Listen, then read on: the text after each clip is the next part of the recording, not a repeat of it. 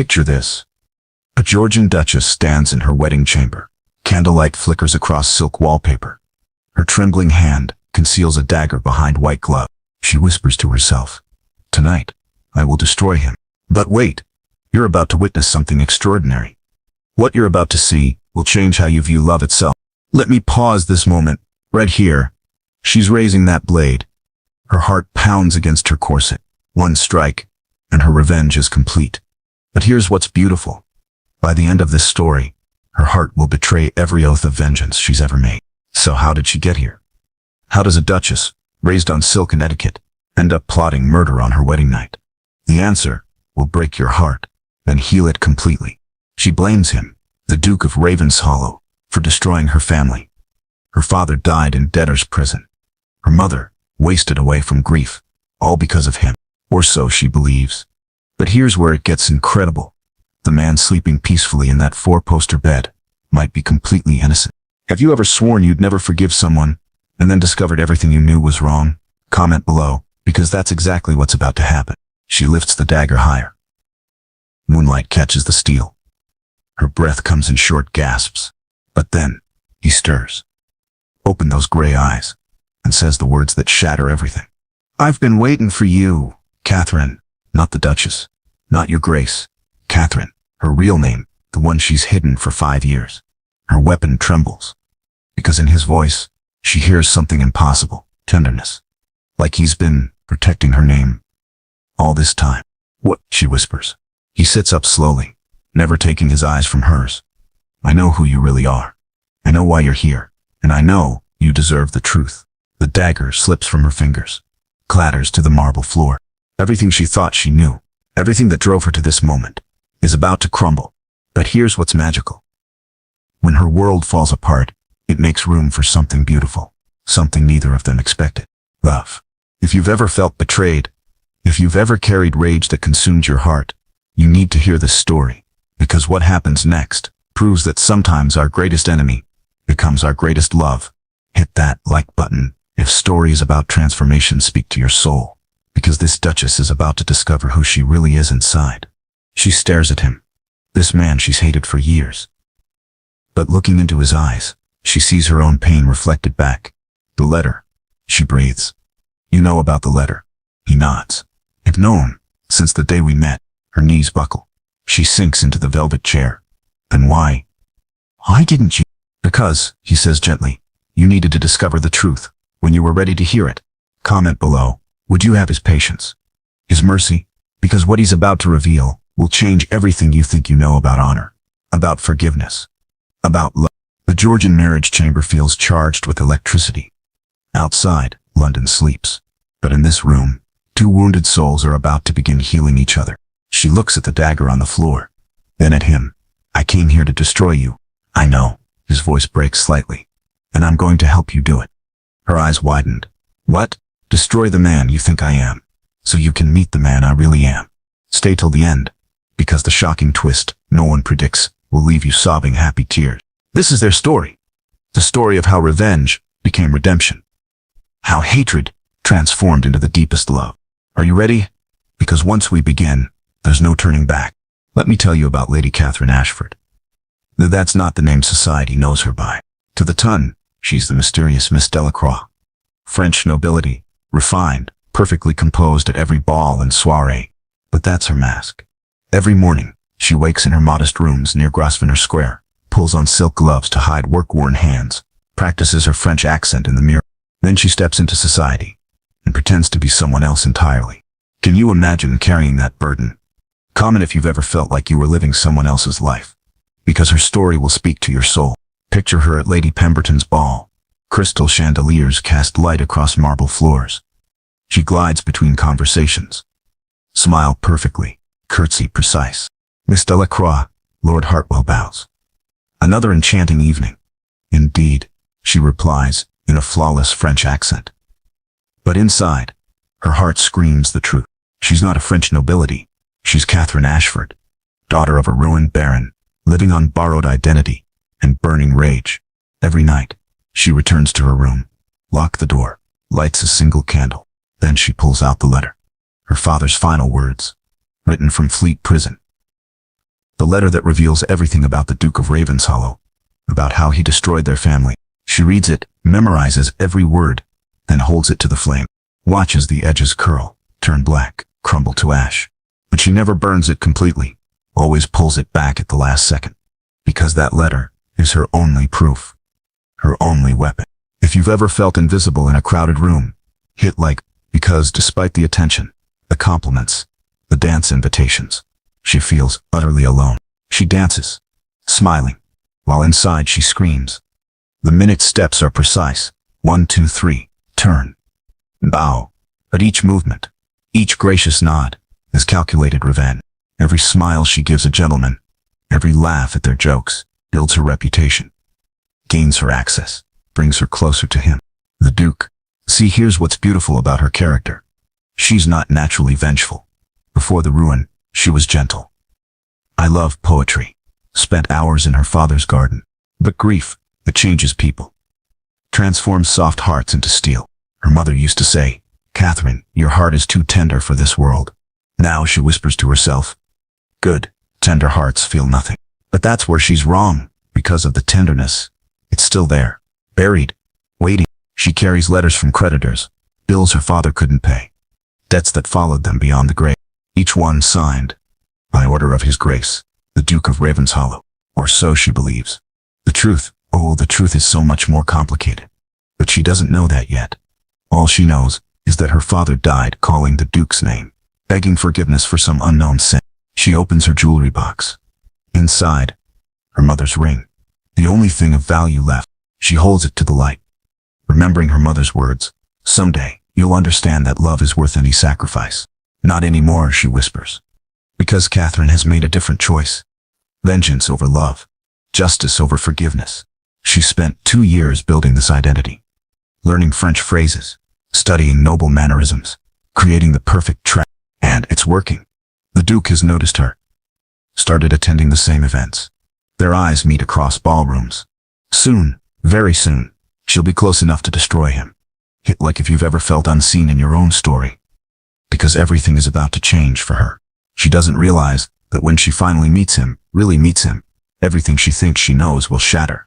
The girl who died with her father is about to be reborn.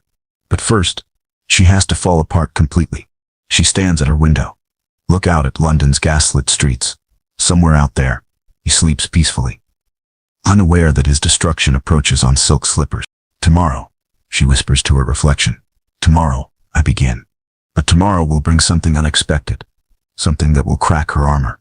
Something that will remind her her heart was made for love, not vengeance." She lifts the letter one more time, her father's desperate handwriting.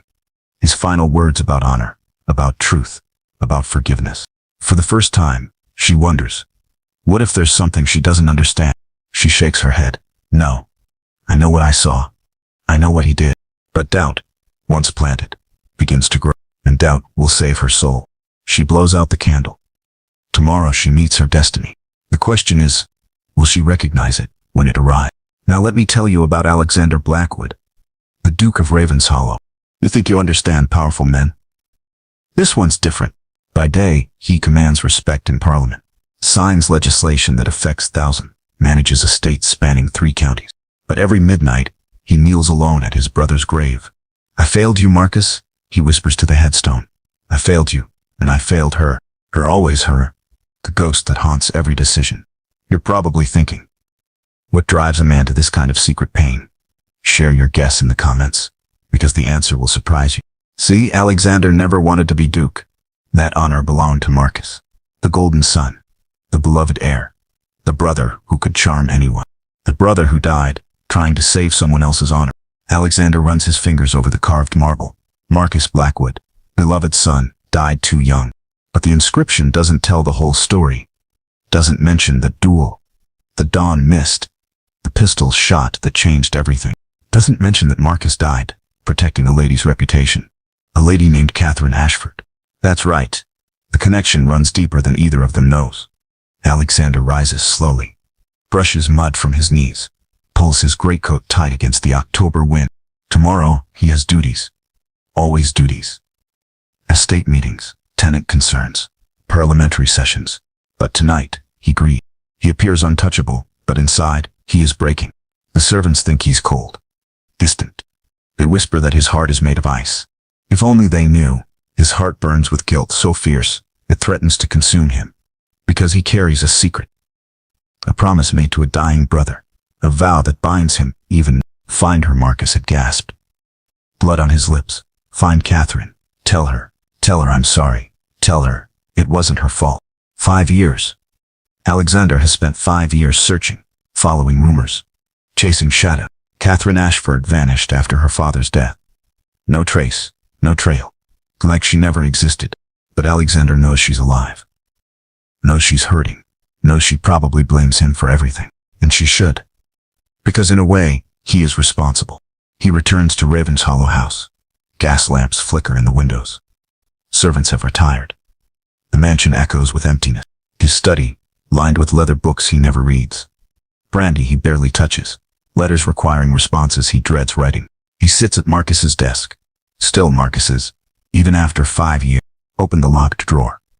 Pulls out a miniature portrait. Catherine Ashford at 17. Painted the spring before everything went wrong. Before the scandal. Before the duel. Before the deaths. She's laughing in the portrait. Eyes bright with innocence. The girl she was, before life taught her to hide. Where are you, he whispers to the painting. He doesn't know she's been right under his nose. Doesn't know that Miss Delacroix, the mysterious French beauty catching everyone's attention, is her. He doesn't know she spent 2 years learning to hate him. What he does know is that he failed his brother, failed to keep his promise, failed to find the one person who might understand Marcus's sacrifice. The guilt, it's killing him slowly. He pours brandy. Let it burn his throat. Tries to forget the weight of the title. The expectations. The loneliness that follows him like a shadow. People see the Duke, the power, the wealth, the estate. They don't see the man who talks to his dead brother every night, who carries shame like a stone in his chest, who would give everything to undo the past. But then, something shifts. At Lady Pemberton's ball, he sees Miss Delacroix, standing near the windows, moonlight in her dark hair, something familiar in her profile. His breath catches. Because for just a moment, she looks like the girl in the portrait. Impossible. Catherine Ashford disappeared. Probably married, living quietly somewhere far from London. But still, he can't stop staring. She turns. Their eyes meet across the ballroom, and something electric passes between them. Recognition, attraction, or something deeper. He doesn't know yet. But for the first time in 5 years, he feels something other than guilt. Hope. Dangerous hope that maybe, just maybe, his search is over. He starts walking toward her. Heart pounding like a schoolboy's. Palms are actually sweating beneath his gloves. When was the last time a woman affected him this way? When was the last time he felt anything? She watches him approach. Chin lifted. Eyes challenging, like she's daring him to disappoint her. Little does he know, she's already decided he will. But here's what's beautiful. Sometimes the people we think we can't trust become the ones who save us. Tomorrow night, they'll dance, and everything both of them believe will begin to crumble. Are you ready to watch two broken souls find their way back to wholeness? Because that's exactly what's about to happen. The Pemberton ballroom sparkles with 1,000 candles. Silk gowns rustle across polished marble.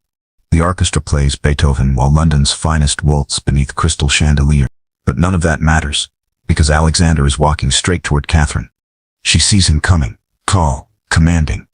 Gray eyes fixed on hers with an intensity that made her breath catch. This is it. The moment she's planned for 2 years. Her heart pounds, but she tells herself it's anticipation. Finally, she'll meet her enemy, face to face. He stops before her. Eyes with perfect precision. Miss Delacroix, may I have this dance? His voice. Oh God, his voice. Deep, warm. Nothing like the cold monster she imagined. She curtsies. Your Grace, I would be honored. The moment his gloved hand touches hers, everything changes. Have you ever felt time stop when eyes met? Tell me about it in the comments, because what happens next will give you chills. He leads her onto the dance floor. The waltz begins. 1, 2, 3, turn. 1, 2, 3, spin. But neither of them is thinking about the steps. You're new to London, he says quietly. His breath warms against her ear as they turn. Oui, she replies in her practiced accent. From Provence originally. Leah, her heart whispers. But she ignores it. France is beautiful, he says. Though I imagine nowhere is as beautiful as seeing it through your eyes. She almost stumbles. Because that's not what she expected. Not a cold calculation, not aristocratic arrogance, genuine warmth. Your grace flatters me. Alexander, he corrects gently. Please, Alexander. She spent so long thinking of him as the Duke, the enemy, that hearing his name humanizes him in a way that terrifies her. They spin again.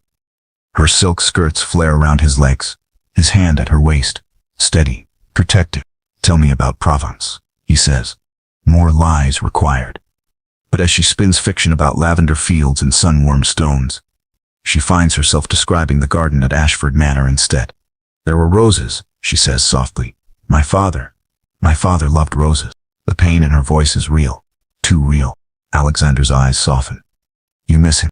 Every day. Death, she says quietly, teaches us that love never truly dies. It just changes form. She looks up sharply. Because there's grief in his voice too. Fresh grief. Like he knows exactly what loss feels like. This isn't right. He's supposed to be heartless. Cold. The monster who destroyed her family without a second thought. But the man holding her, guiding her through the waltz, has kind eyes. Sad eyes. Eyes that have known sorrow. You speak as one who understands loss, she whispers. We all have our graves to visit, he replies. The music swells. Other couples whirl around them. But it feels like they're alone in the ballroom. Miss Delacroix, he begins, then stops, studies her face intently. What is it? You remind me of someone. Someone very dear to me. Her blood turns to ice. Does he recognize her? Is this all a game? Is he playing with her the way a cat plays with a mouse? But no, the confusion in his eyes is genuine. Like he's trying to solve a puzzle he doesn't understand. Perhaps, she says carefully, we knew each other in another life. Perhaps, he spins her again, pulls her slightly closer than propriety allows. Though I think I would remember meeting you. The waltz ends. They stop moving, but his hands don't leave hers immediately. Walk with me, he says quietly, please. The terrace, it's beautiful in moonlight. This is perfect, exactly what she planned. Get him alone, make him trust her, then. But as he leads her through French doors onto the stone terrace, her hands are shaking, and not from the cold. The October air is crisp. London spreads below them, gaslit and mysterious. They're alone except for distant music drifting from the ballroom. Better, he says, breathing deeply. I confess, I find crowds suffocating. Even though you command them, he laughs. Actually, I laugh. Command is an illusion, Miss Delacroix. Most of the time, I'm simply trying not to disappoint too many people at once. Honesty. Vulnerability. Everything she didn't expect. She studies his profile in the moonlight. Strong jaw, noble bearing, but also wariness. Like he carries the world on his shoulders. It must be lonely, she finds herself saying, being responsible for so much. He turns to her. Yes, it is. The admission hangs between them. Raw, unguarded. But tonight, he continues, I don't feel lonely. Her heart does something dangerous, something that threatens every plan she's made. It softens toward him. No, she can't let that happen. This man, this charming, lonely, vulnerable man, destroyed her family. Didn't he? Your Grace. Alexander. Alexander. His name feels dangerous on her tongue. May I ask you something? Anything. Do you ever regret decisions you've made? Actions that hurt innocent people? Something flickers across his face. Pain so deep it makes her chest tighten. Every day, he whispers. Every single day. The confession is so raw, so broken, that tears spring to her eyes. This can't be right. The man who ruined her father wouldn't feel remorse. Would he? He reaches up, almost touches her face, then stops himself. Forgive me, you bring out confessions. I usually keep locked away. Perhaps, she says shakily, some confessions need to be spoken. Perhaps they do. Someone is watching them from the ballroom windows. Catherine catches movement from the corner of her eye. A figure in shadow, taking note of their intimate conversation. Tomorrow, this will be gossip. The Duke of Ravenshollow, enchanted by the mysterious Miss Delacroix, perfect for her plans, but terrifying for her heart, because as Alexander takes her hand to lead her back inside, she realizes something horrible. She's starting to care about him. And caring about your enemy is the most dangerous thing of all. The collision moment is complete. Two people who should hate each other, discovering they might feel something else entirely. When have you felt instant recognition with someone? Share your story below, because these two are about to discover their connection runs deeper than either imagined. 3 weeks pass like a fever dream. Alexander courts her properly, calls at acceptable hours, brings flowers chosen specifically for her, white roses that match her evening gloves. But it's the improper moments that steal her breath. Come, he says after a perfectly respectable tea with her fictional chaperone. Let me show you the library. The Raven's Hollow Library. 3 stories of leather-bound wisdom. Tall windows overlook gardens where peacocks strut across manicured lawns. This is enemy territory. She should be cataloging weaknesses, searching for secrets to use against him. Instead, she finds herself enchanted. Byron, she breathes, running fingers along gilded spines. Wordsworth. Keats. You love poetry? The question catches her off guard. Because Catherine Ashford loved poetry. Miss Delacroix should probably prefer French literature. Oui. Poetry speaks to the soul, no? Indeed. He pulls down a volume. This was my brother's favorite. Brother. He's mentioned Marcus several times, always with that same shadow of grief. Tell me about him. Alexander's face transforms, pain and love warring in his expression. Marcus was everything I'm not. Charming, brave, beloved by everyone who met him. He opens the book. He died 5 years ago. A duel. Catherine's blood freezes. 5 years ago. The same year her father died. The same year. A duel over what? She whispers. Honor. A lady's reputation. Marcus couldn't bear to see innocence destroyed by gossip. Her knees nearly buckle. Because she knows this story. Lived this story. Marcus Blackwood died defending her honor after rumors spread about their friendship. Died because people whispered she was his mistress. Died because the lady, she manages. What happened to her? Vanished. After her father's death, Marcus loved her, I think. Wanted to marry her. Make the gossip irrelevant. His voice breaks slightly. Instead, he died for her, and she disappeared like smoke.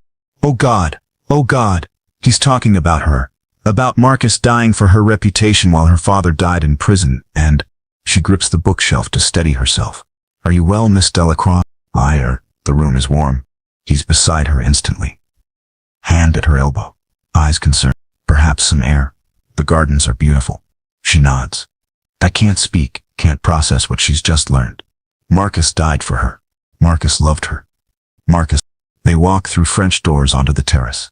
October roses still bloom in defiance of approaching winter. Miss Delacroix. Catherine. He called her Catherine. Her real name just slipped out naturally. She freezes. What did you say? Forgive me. You remind me so strongly of someone. He studies her face intently. Catherine Ashford. The lady Marcus died protecting. The world tilts. She can't breathe, can't think. He knows. He's known all along. This has been some elaborate game, and you look exactly like her, he continues quietly. Same eyes. Same way of tilting your head when you're thinking. It's uncanny, but there's no calculation in his voice. No triumph. Just wonder. Confusion. He doesn't know she is Catherine. He just sees the resemblance. This Catherine, she whispers. You cared for her too. I never met her. But Marcus would speak of nothing else. Her laugh. Her kindness. How she saw beauty in everything. His voice grows distant. I searched for her after his death. I wanted to tell her it wasn't her fault. That Marcus chose to defend her honor. That she shouldn't carry guilt for his choice. Catherine's world crumbles completely. Because everything she thought she knew is wrong. Marcus died defending her honor. Alexander searched for her out of kindness. Her father. What about her father? She asks, shakily. Baron Ashford. A good man destroyed by bad investments and worse advisors. Marcus tried to help him. Offering loans. Support. But pride. Alexander shakes his head. Pride killed him as surely as any disease. Loans? But I thought, what did you think? She almost reveals everything. Almost screams the truth. That she is Catherine Ashford. That she spent 2 years plotting his destruction based on lies. But fear stops her, because if she's wrong about his guilt, what else is she wrong about? Nothing, she whispers. Just tragic stories always affect me. He moves closer, so close she can see gold flecks in his gray eyes. You have the kindest heart, he says softly. Like her, like Catherine. Then he does something that destroys her completely. He touches her face. gentle, reverent. I think I'm falling in love with you. The confession hangs between them. Honest, vulnerable. Everything she's dreamed of hearing from the wrong man. Or is he? Alexander, she breathes. I know it's too soon. Too fast. But when I look at you, I see possibilities. Hope, things I thought died with Marcus. She's crying, actually crying, because this beautiful broken man, this man she came to destroy, is offering her his heart, and she's built her entire identity on hating him. I should go, she whispers. Should you? His thumb traces her cheek. Or should you stay, and let me tell you all the ways you're extraordinary? Would you risk everything for love? Comment below, because Catherine is about to make the choice that changes everything. But before she can answer, footsteps crunch on gravel. They spring apart, guilty, breathless. Your Grace. Lord Pemberton approaches with a knowing smirk. How intimate. Catherine's blood turns to ice. Because Lord Pemberton is exactly the kind of man who trades in gossip, who destroys reputations for sport. Pemberton. Alexander's voice goes cold. Bickle. Miss Delacroix and I were discussing literature. Literature, of course. Pemberton's eyes glitter with malice. Though from here, it appeared you were discussing something far more personal. Your imagination exceeds your manners, Alexander says icily. The damage is done. Tomorrow, whispers will spread through every drawing room in Mayfair. The Duke of Ravenshollow, compromising Miss Delacroix in his own gardens. I should return to the house, Catherine says quietly. Allow me to escort you, Pemberton offers with false gallantry. Alexander steps forward, protective. That won't be necessary. Oh, but I insist. After all, a lady's reputation is so fragile. The threat is clear. Play by his rules, or face social destruction. Catherine's hands shake as Alexander escorts her back inside, because she's caught between two disasters. If she continues the charade, she risks exposure. Discovery. Alexander learning she's the woman who came to destroy him. But if she stops, if she disappears again, she loses any chance of learning the truth about her father's death. Worse, she loses Alexander. And despite everything, every lie she's told, every moment of deception, she's falling in love with him too. What would you sacrifice? For justice, or for love? Share your thoughts, because Catherine is about to discover she can't have both. Not unless she's brave enough to risk everything. On the truth. The blackmail letter arrives 3 days later. Catherine stares at the elegant script. Her hands shake as she reads words that destroy everything. Miss Catherine Ashford, or should I say Miss Delacroix, your little masquerade ends now. Meet me tonight. Midnight. The ruins of St. Bartholomew's. Come alone, or all of London learns your true identity. A friend. Everything you thought you knew was wrong. She burns the letter immediately. But the words burn deeper than flame. Someone knows. Someone has been watching, waiting. The question is, who? She paces her small rooms. 3 steps to the window. Turn. 3 steps to the fireplace. Turn. Going could be a trap. Staying means exposure. Either way, her carefully constructed world crumbles. But there's something else. Something that terrifies her more than blackmail. Alexander. Because 3 days ago, in that moonlit garden, she saw truth in his eyes. Heard pain in his voice when he spoke of Marcus. Of her father.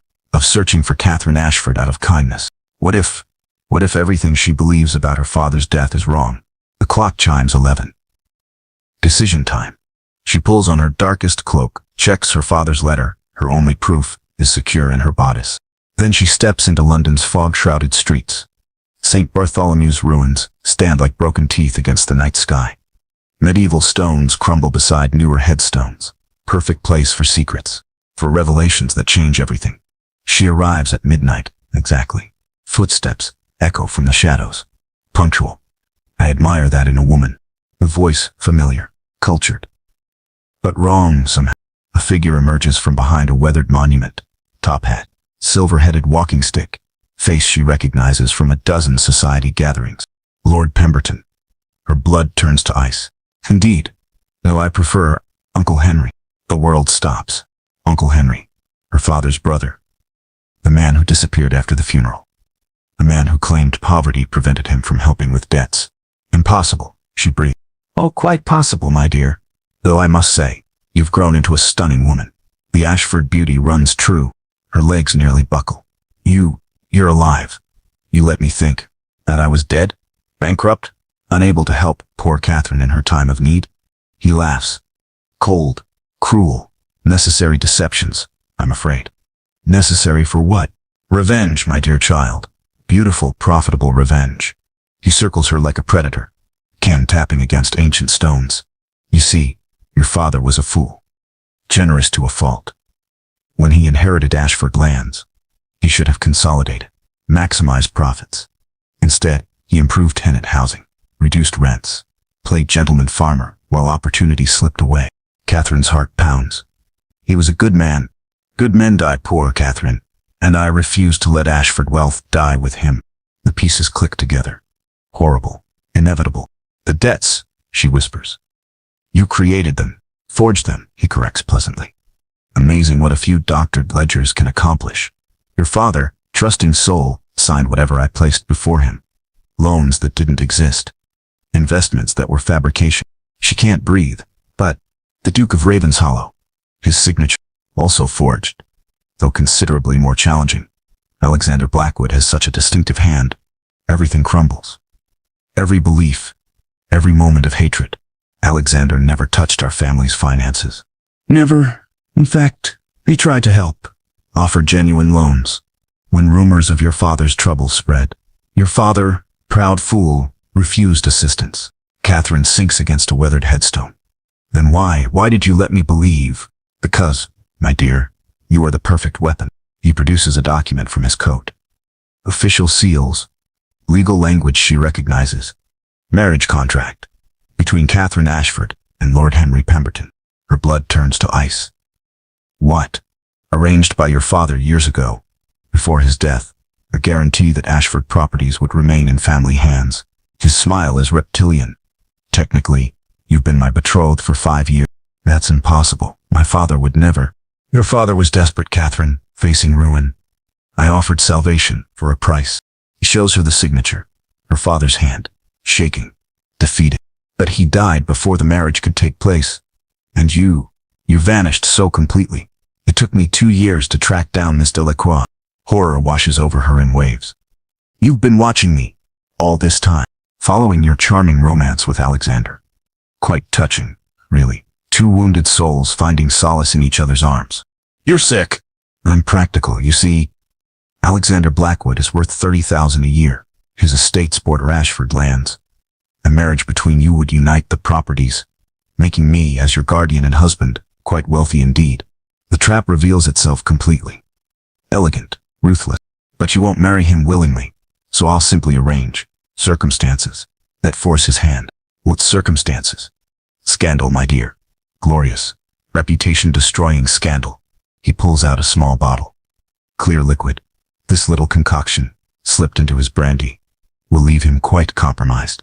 You found in his chambers, reputation in tatters, marriage the only solution. Catherine's blood runs cold. You're talking about rape? Oh, my dear, such harsh words. I prefer to think of it as aggressive courtship. She lunges for the bottle. He sidesteps easily. Younger. Stronger. Now. Cooperation, Catherine. Or I simply reveal your true identity to the tone. Miss Delacroix, the fraud, the fortune hunter, will be destroyed socially. And you'll have nowhere to run. I'll tell Alexander the truth myself. Will you? And explain how you've spent months lying to him. Deceiving him, using false identity to infiltrate his life. His laugh is poisonous. Men like Alexander, they value honesty above all else. He'll never forgive the deception. The words hit like physical blows. Because they're true. Alexander's honor, his integrity. He would see her lies as the deepest betrayal. Choose, my dear. Marry me willingly. Keep your secrets safe, and I'll ensure Alexander never learns the truth. Or refuse, and lose everything. Your identity, your reputation, your chance at love. Has someone ever shattered your world with truth? Share below, because Catherine's about to face the hardest choice of her life. She looks toward London's lights. Somewhere, Alexander sleeps peacefully, trusting, believing in Miss Delacroix's honesty. If he learns the truth, that she's Catherine Ashford, the woman he searched for, the woman whose lies brought them together, will he forgive her? Or will the deception destroy any chance of love? I need time, she whispers. You have until tomorrow night. The Harrington ball. Decide by then. or I decide for you. He melts back into shadow, leaves her alone among the grave, alone with the devastating truth. The person she hated never even existed. The person she loves might never forgive her for who she really is. And the person threatening everything is family. Sometimes, the people we trust most are the ones who betray us deepest. But sometimes, love is stronger than deception. The question is, will Catherine find the courage to find out? Catherine doesn't sleep. How could she? By dawn, she's made her choice. The truth, no matter the cost, no matter the consequences. Because lying to Alexander, even to protect him, feels like dying slowly. She pulls out paper, ink, begins writing the letter that changes everything. My dearest Alexander, there are things you must know, things I should have told you from the beginning. I am not Miss Delacroix. I am Catherine Ashford, the woman you searched for, the woman whose lies brought us together. And I am desperately, hopelessly, in love with you. Her hand shakes as she seals it. But for the first time in months, she can breathe freely. No more masks, no more deception, just truth, and hope that love conquers all. She sends the letter by morning post. Then waits. The hours crawl by like years. Every sound, every footstep might be his response. At 3 o'clock, a knock. She opens the door with trembling hands. Alexander stands in her doorway, still, silent, the letter crushed in his fist. Is it true? His voice, barely a whisper. Every word. He steps inside, closes the door, leans against it like he needs support. Catherine Ashford. He says her name like a prayer, like a curse. You're alive. I'm alive. You've been here, in London, for 2 years. Yes, lying to me. Every day. Every moment we've spent together. The pain in his voice breaks her heart. Alexander, I searched for you. His eyes are wild with grief, with betrayal. 5 years I searched, wanting to tell you Marcus didn't die in vain, that you shouldn't carry guilt for his sacrifice. I know that now. But you already knew. You knew and let me search. Let me grieve. Let me blame myself for failing to find you. She can't argue, can't defend herself. Because he's right. I thought you had destroyed my father. You thought I was a monster. His laugh is bitter. So you came to destroy me in return. Yes, the admission hangs between them. Raw, honest, devastating. Did you succeed? He asks quietly. Because it feels like my world is ending. Tears stream down her face. Alexander, please. Please, what? Please forgive you. Please pretend the woman I fell in love with actually exists. She does exist. She's me, the real me. When I'm with you, I'm more myself than I've ever been. He turns away, studies her modest rooms, the simple furnishings, the life she built online. Show me, he says suddenly. What? Your father's letter, the proof that convinced you I was guilty. With shaking hands, she retrieves the letter from her jewelry box. The paper, worn from years of reading, years of hatred. He takes it carefully, reads slowly. His face goes white. Catherine, his voice breaks. This signature, it's forged. I know, Uncle Henry told me. He's the one. Uncle Henry? Alexander's head snaps up. Henry Pemberton? You know him.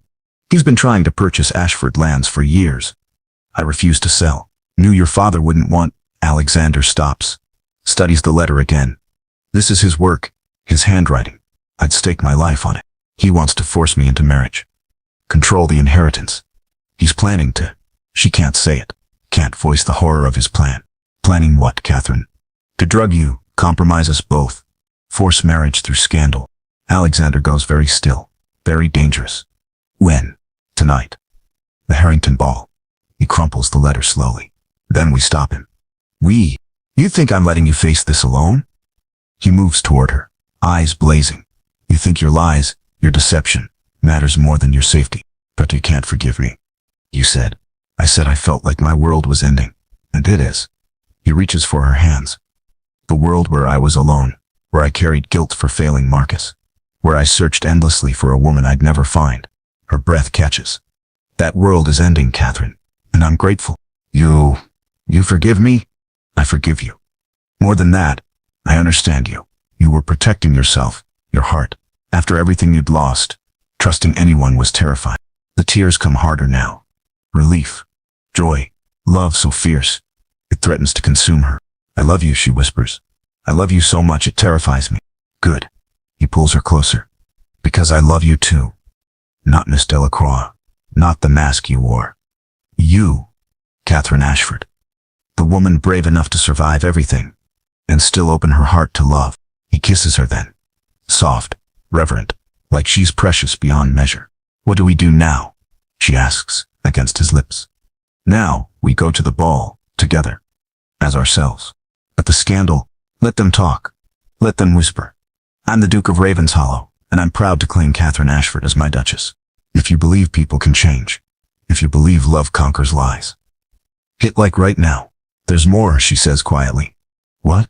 Uncle Henry, he has a marriage contract. From my father, he claimed. Forge.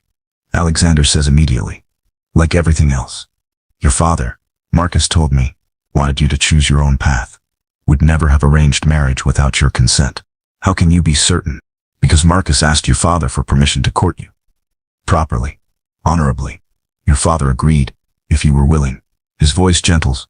Marcus died believing someday you'd choose to love him.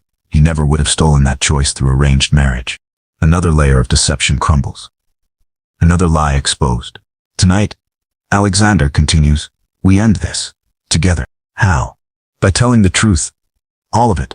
Let society know exactly who Henry Pemberton is. What he's done. How he's manipulated you. They'll blame me for the deception. Some will. Others will see what I see.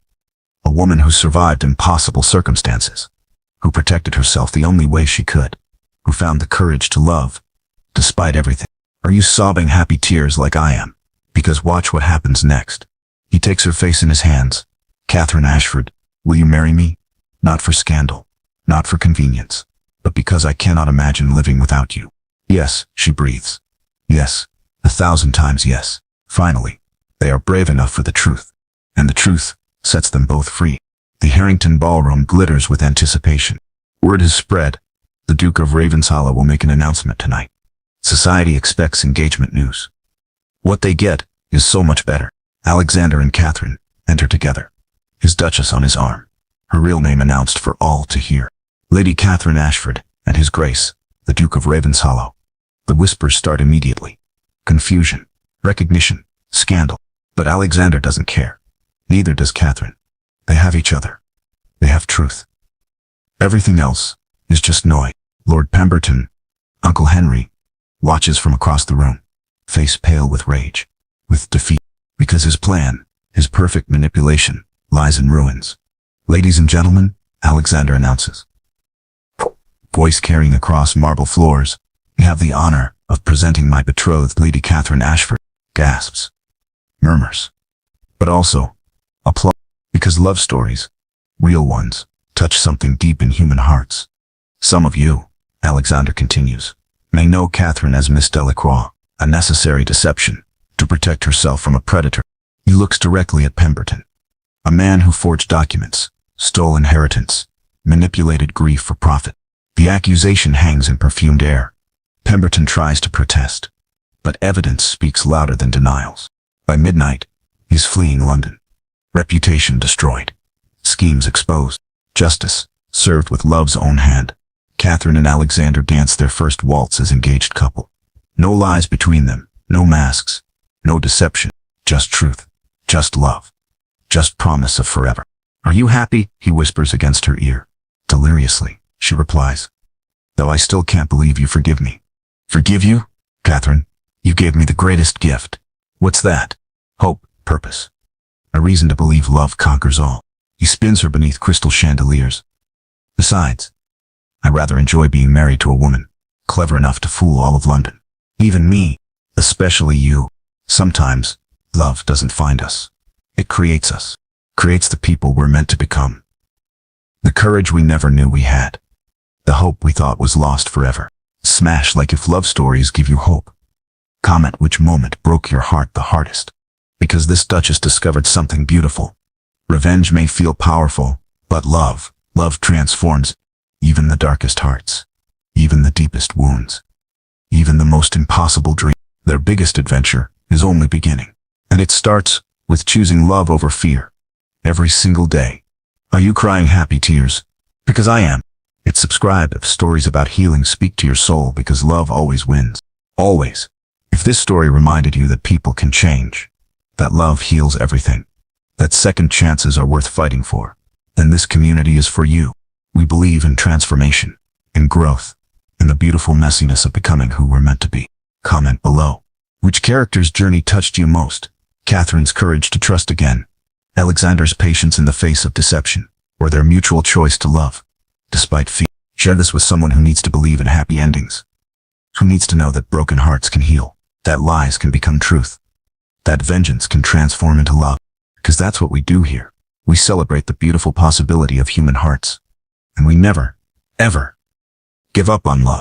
See you in the next story. Beautiful soul.